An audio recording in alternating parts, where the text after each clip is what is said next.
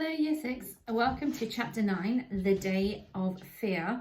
Coming to you from the kitchen today just for a change of scenery. I'm going to read Chapter 9, about 7 pages, so strap in. I will go over some of the questions on the way. You can see them on the website, but because it's a bit longer today, I'm not going to stop as much. So here we go, Chapter 9, The Day of Fear. Dawn broke early, as it does in the Northern Islands in summer. Tenko stretched himself and looked about him. The mists were clearing, leaving wisps of cloud over the sea. He could see how lucky they'd been the previous day.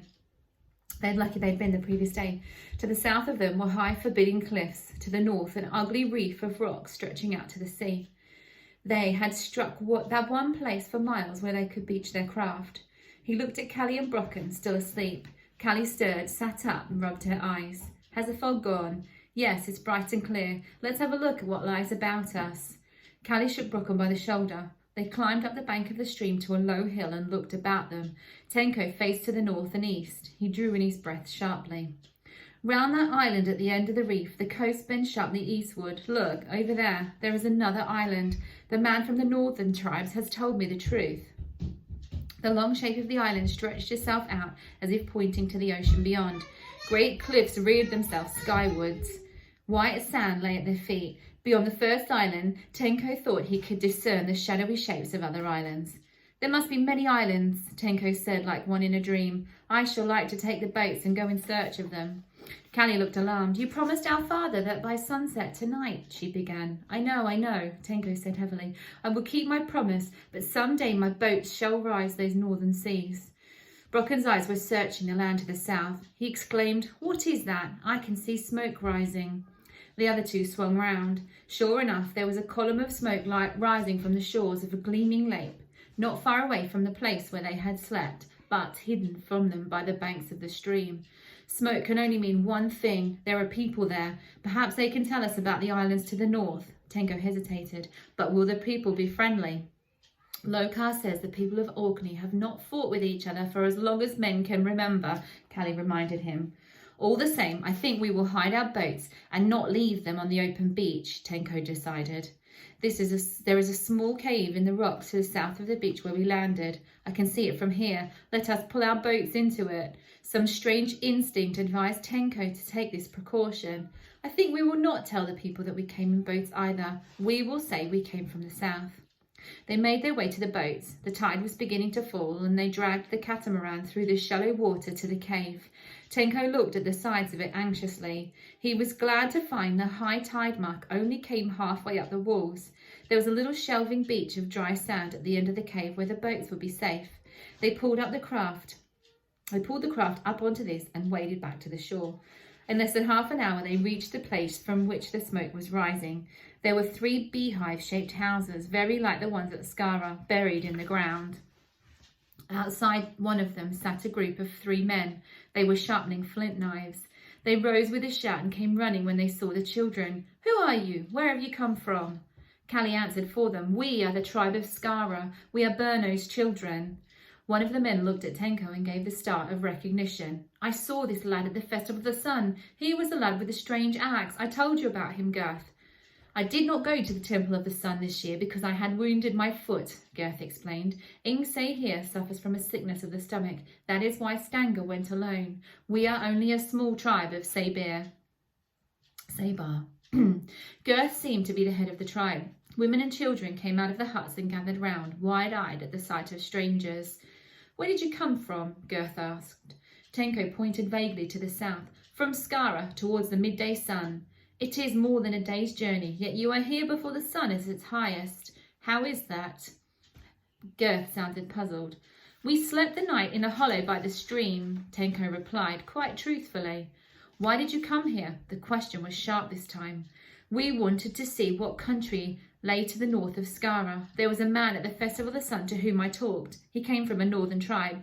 He told me many islands lay in the north. I wanted to see for myself, Tenko replied. There was a man from the tribe of Boana at the festival. I saw him talking to this lad, Stanga affirmed. The tribe of Boana lived north of the rising sun. I have heard him tell, too, of many islands beyond his coast. You will be hungry after your journey. Have you eaten? Girth asked. It was a custom in Orkney to offer food to men from other tribe. The children realised they were indeed hungry. Beyond a drink from the stream, they had had no breakfast. They had been too eager to discover the source of the smoke. "Yes, we are hungry," Callie said. "Then you will eat with us," Gurth invited them. The women brought out milk in bowls and meat from the huts. The children drank thirstily and ate the meat. The tribe stood round watching them. Gurth took a drink of milk and gnawed at a bone also. This was the ceremony of hospitality. When he had shown that friendship was extended, he asked Tenko a question. "What have you done with your strange axe? Stanga told me of it. Have you got it with you?" Rather unwillingly, Tenko drew out the axe from the large pocket inside his tunic. "I should like to have a look at it," Gurth said, putting out his hand. Tenko could hardly refuse, since they had eaten together. Reluctantly, he handed it over. Gurth turned it about and cautiously ran his thumb along its keen edge. He was astonished to find it so sharp. "What kind of stone is this?" he asked Tenko. "It is not stone at all." "How is it made then?" "I do not know. I've never seen one made. My father got it from a man of a tribe to the south. He told my father it was made by melting some strange kind of stone in a fierce fire." Gurth looked incredulous. "I cannot believe it. Stone will not melt in a fire." "This is what I was told," Tenko answered stubbornly. "The man from Boana told me there were islands far, far away to the north where men had bronze axes like mine. That is why I am seeking the islands. Other things might perhaps be made in the same way. Knives, pins." "I journeyed part of the way home with the man from Boana," Stenga said. "As we walked, we talked of the axe this lad carried. The man told me he had been in a skin boat to Rausa, the island of hills you can see from the north coast. There he found people who were very clever at making things with their hands. They made cups of different shapes to ours." Tenko felt at last that he was on the track of discovery. "What tribe were these people?" he asked. He said they were of the tribe of Rinyo. They dwell under the shadow of the great headland to the north. "Did the men of Rinyo make bronze axes such as this?" Tenko asked. "No, but the man told me the folk from Rinyo said there were many, many more islands to the north, beyond our sight. Men had come across the great eastern sea to see them in strange boats, much bigger than our skin boats." The children exchanged quick glances, but they did not mention their craft hidden in the cave. Something warned them to be quiet, to be silent. Tenko could not keep the excitement out of his voice. "Tell me more about these people." "I cannot tell you much, only what the man of Boana told me. The men of Rinyo had told him that the men from across the eastern sea carried shining axes and bright knives, not made of stone like ours," Stango said. "I must go to the island of Rausa," Tenko said with determination. "How will you get there, my lad?" Gurth's voice was sharp. Tenko almost bit his tongue to keep the words from tumbling out about his 2 log boats.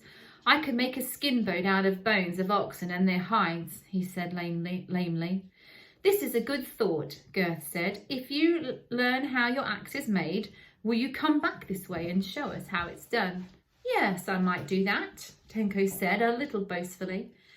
"Then will you lend us your axe until you come back?" Gurth asked craftily. "It is usual to make a gift when you have eaten with a friendly tribe."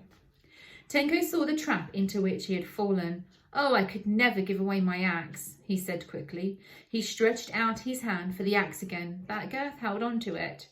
"I'm not asking you to give it," he said. "I only ask you to lend it to me until you make me another." He held the axe menacingly, its edge towards Tenko. Callie put her hand to her mouth in alarm. Brocken bit his lip. Tenko decided it would be dangerous to try and snatch back the axe. He must match cunning with cunning. "Very well," he agreed. "Will you give me a hide and bones in exchange for to make the skin boat?" Yes, you shall have that. But you will have to wait until I kill an ox." "We will wait. May we sleep at your hut?" "Yes, you shall sleep on my floor," Gurth agreed. "But Tenko, we promised my father," Callie was beginning, but Tenko silenced her with a gesture and a frown. As the sun began to sink, Gurth led them to his hut. Tenko walked beside Callie. What shall we do, Tenko? Callie whispered. Listen, Callie, wait till everyone is asleep. Then you and Brocken must creep out of the hut silently. Make your way to the cave where the boats are hidden. If the tide is high, you may have to wait to get to them. But what will you do, Tenko? Callie muttered back. I will try and get my axe. Hide behind the rocks on the shore and wait for me. If I have not come by the time sun is risen, you must get the boats and try and make your way back to Skara. Without you? Callie sounded desperate. Yes, without me. You are to do as I bid, Callie. I must do my best to get you back to Skara as I promised our father. Callie gulped back the tears. I will tell Brocken when I get a chance. That night they were lodged in Gurth's own hut. Tenko was relieved to find there was only a short passage leading to it. The huts were poor compared with those of Skara. There were no stone dressers nor beds. There was a fire in the centre, and Gurth's family slept round it on heather beds covered by sheepskins. Tenko was glad of this. It might make escape easier. He remembered with satisfaction that Gurth was limping from a sore foot. Heather beds were made for the strangers, and the children lay down. Callie was beside Brocken, but Tenko was on the other side of the hearth beside Gurth. Gurth put the bronze axe under his pile of heather and lay upon it. Everyone settled down to sleep. Though Callie and Brocken pretended to sleep too, they were alert and waking. For 2 hours, Tenko bided his time. Then cautiously he raised himself on his elbow and peered round him by the light of the smouldering fire. Callie lifted her head too and laid a warning hand on Brocken. Nobody else stirred. All round them the sleepers breathed evenly. Gurth was snoring.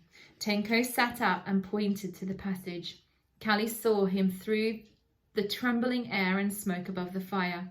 Lithe as a fox, she slipped to her feet and pulled Brocken's arm. He was up in one single noiseless movement. They waited a minute to see if anyone else stirred, but no one did. On tiptoe, picking their way round the recumbent bodies by the firelight, they reached the long, narrow passage. Callie stooped and led the way. She and Brocken disappeared like mice down a hole. When he was sure they were clear, Tenko breathed a sigh of relief. He must give them time to reach the beach before he made his next move. Okay, we'll come back for the last part of chapter 9 soon. Bye.